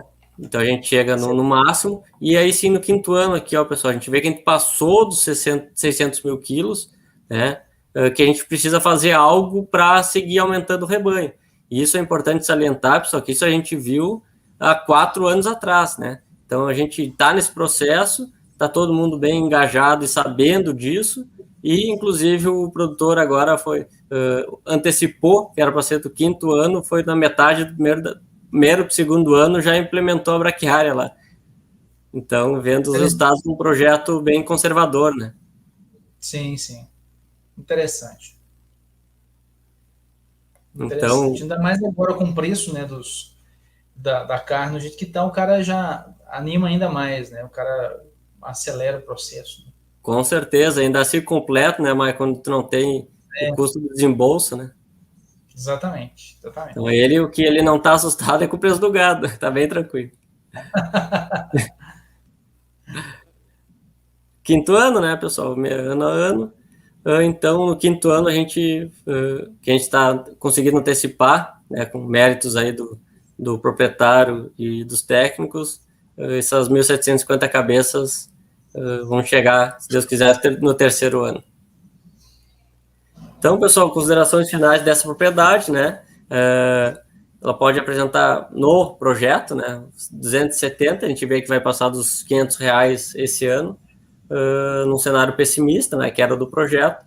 E se mesmo cumprir as metas de venda de animais com desempenho animal dentro do projetado e com os custos mensais. Então, a gente vai sair de 270 e para cima de R$500 projeto versus realizado. Tranquilamente. Aqui, que horas são, Michael? Nós estamos aí a 1h40 já. Eu acho que era por aí, né, que nós tínhamos... Para a gente não delongar muito, acho que é por aí mesmo que a gente ia falar. Em resumo, né, o pessoal que nos assiste aí, o que a gente queria mostrar? A gente fazer uma conversa, né, Pablo, em relação ao processo produtivo, ao trabalho que você faz aí, e para a gente comparar também os custos que você tem aí com os custos que a gente tem aqui, né, no norte do país, sudeste, onde eu estou, centro-oeste, e até outros países do norte, né, para a gente fazer um paralelo em relação a isso. O que a gente entendeu no contexto todo, né? O que eu quero deixar aqui para todo mundo que nos escuta, que nos acompanha, é que não adianta você querer intensificar, não adianta você querer adubar, não adianta você querer fazer qualquer atividade na fazenda sem você ter fazer um estudo da sua propriedade em si. É muito importante fazer isso. Então, faça uma análise econômica do investimento que você vai fazer, tá? Com o pé no chão. Contrate um técnico capacitado para isso, se você não tem a capacidade de fazer. E faça uma projeção de produção. Né? Você mostrou números aí muito interessantes, a gente também tem números aí de outras propriedades também, a gente não vai ver um caso aqui hoje, talvez em outra oportunidade, mas a gente consegue fazer projeções muito boas com a mesma área, tá? Muitas vezes você consertando alguma coisa, você melhorando o livre fluxo de caixa, reduzindo os custos, começando a pegar aquele dinheiro que você estava gastando num ponto e colocar no outro, e aí você consegue, como se mostrou aí, dobrar praticamente o valor de a rentabilidade da fazenda. Simplesmente com a mesma quantidade, muitas vezes, de gado que você tem, né? Você vai aumentando isso, a quantidade, claro, com os nascimentos, né? Como você mostrou aí, sem compra em si, né? Você fez o ciclo completo, acabou não comprando. Mas são tudo estratégias. Então, você que nos acompanha, é interessante fazer isso. Faça um estudo de rentabilidade de tudo que você vai fazer. Não faça nada no escuro, não vai em tabelinha, tá? Não vai em tabelinha de para nada. Receita de bolo já foi seu tempo, né, Pablo? Que receitinha de bolo gerava o sucesso da atividade. Hoje não. Hoje você tem que ser profissional. Quem não for profissional, infelizmente vai ter dificuldade aí no futuro. Tá? Não, e é muito no detalhe, né, Michael? Mesmo nós que estamos aí girando bastante, se a gente não senta para esmiuçar bem esses valores, custo fixo, quanto nutrição, a gente não sabe, a gente fica no escuro, mesmo nós que estamos todo dia trabalhando com isso, tá? A gente precisa realmente estruturar bem os custos e parar, olhar e tomar as decisões que precisam ser tomadas, né? Então, o ajuste é fino, né? E cada vez vai ser mais. Michael, se me permite, aqui o Leonel Teixeira fazendo uma pergunta para nós no YouTube. Num campo que não tem 9% de proteína em nenhuma época do ano, qual suplementação seria indicada para essas vacas de cria, mesmo na época de verão? Pode responder isso. É daí da região, hein? Não sei se pudesse falar, Leonel, qual é a tua região, aí acho que a gente consegue contextualizar melhor.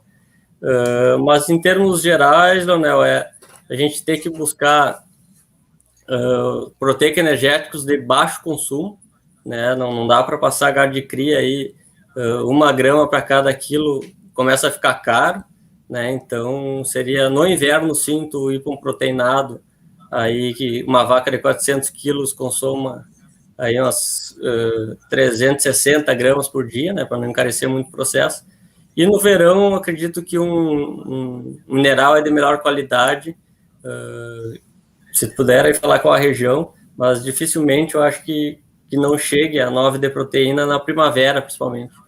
Então, tu vai com um mineral aí de reprodução que vai ter, com certeza, bons resultados. Mas dá também para trabalhar com minerais ureados, né, que também são de baixo consumo, que vão ajudar na digestibilidade dessa